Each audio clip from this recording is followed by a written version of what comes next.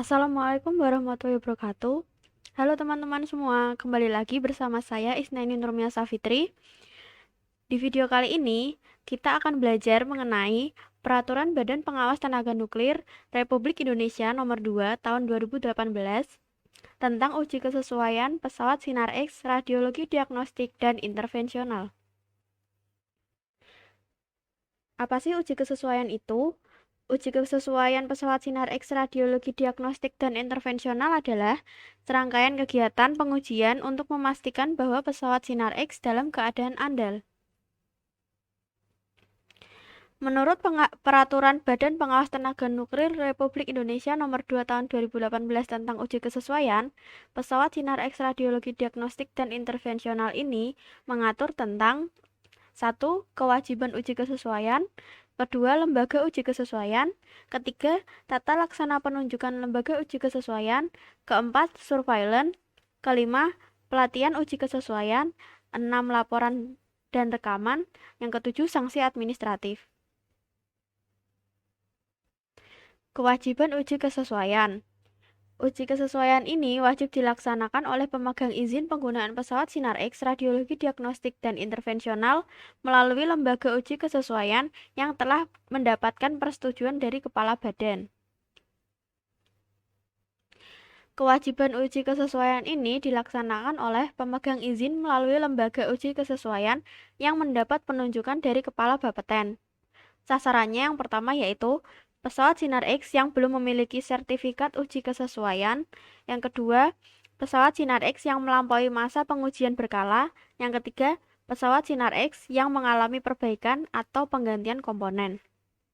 Waktunya 3 tahun sekali untuk mamografi, 4 tahun sekali untuk radiografi umum, fluoroskopi, CT scan, dan Sinar X gigi atau dental. Kondisinya yang pertama yaitu andal, yang kedua andal dengan perbaikan, yang ketiga tidak andal.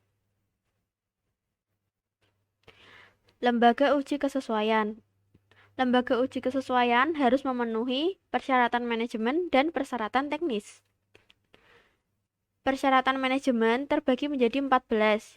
Yang pertama organisasi, yang kedua sistem manajemen, yang ketiga pengendalian dokumen, yang keempat kaji ulang permintaan, tender, dan kontrak, yang kelima pembelian jasa dan perbekalan, yang keenam pelayanan pelanggan, yang ketujuh pengaduan, yang kedelapan pengendalian ketidaksesuaian, yang kesembilan peningkatan efektivitas sistem manajemen, yang kesepuluh tindakan perbaikan, yang kesebelas tindakan pencegahan, yang kedua belas pengendalian rekaman, 13 audit internal, dan yang terakhir kaji ulang manajemen.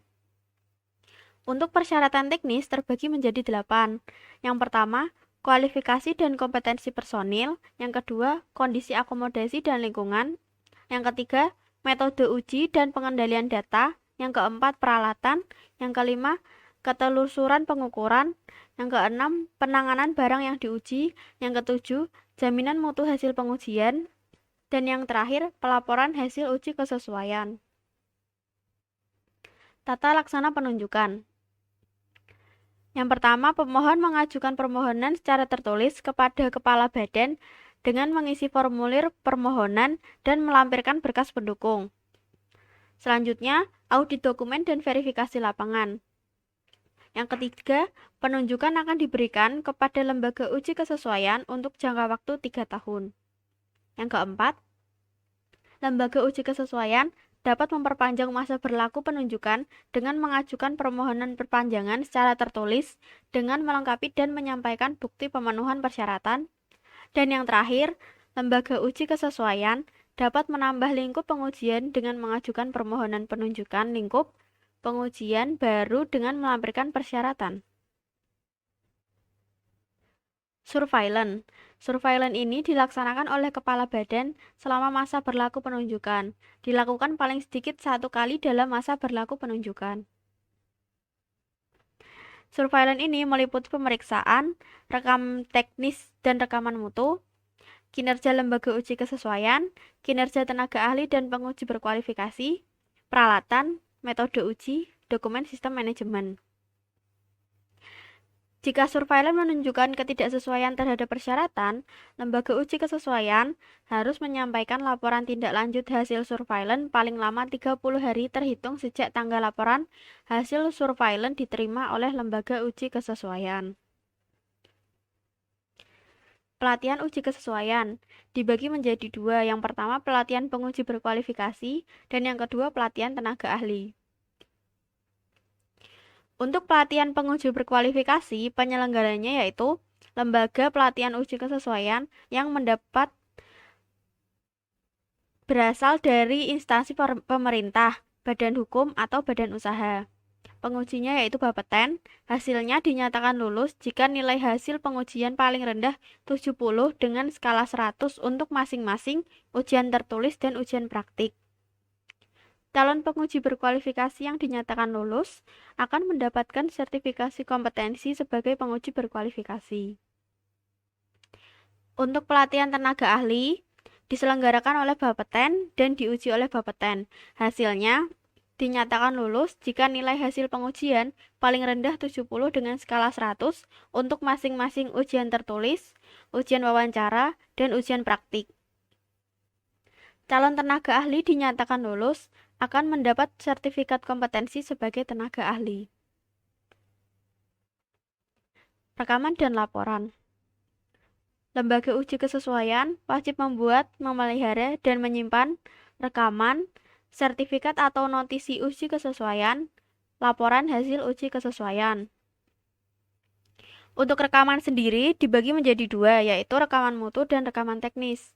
Rekaman mutu sendiri terdiri dari rekaman audit internal, rekaman kaji ulang manajemen, rekaman pengaduan pelanggan, dan rekaman pengendalian ketidaksesuaian. Dan untuk rekaman teknis, terbagi menjadi rekaman pengujian, rekaman penggunaan dan penyimpangan peralatan, rekaman pengecekan antara, rekaman kondisi lingkungan, rekaman validasi metode, dan rekaman dosis personil. Laporan. Laporan hasil uji kesesuaian terdiri atas data pesawat Sinar X, data mentah, dan citra hasil uji. Sanksi administratif. Kepala badan dapat memberikan sanksi administratif berupa peringatan tertulis yang akan diberikan sebanyak 3 kali, pembekuan yang diberikan bersamaan dengan peringatan tertulis ketiga, dan yang terakhir pencabutan yang dilakukan jika lembaga uji kesesuaian terbukti melakukan kesalahan. Terima kasih teman-teman sudah menonton video kali ini. Semoga video ini bermanfaat dan menambah wawasan teman-teman semua. Sampai di video-video pembelajaran selanjutnya. Wassalamualaikum warahmatullahi wabarakatuh.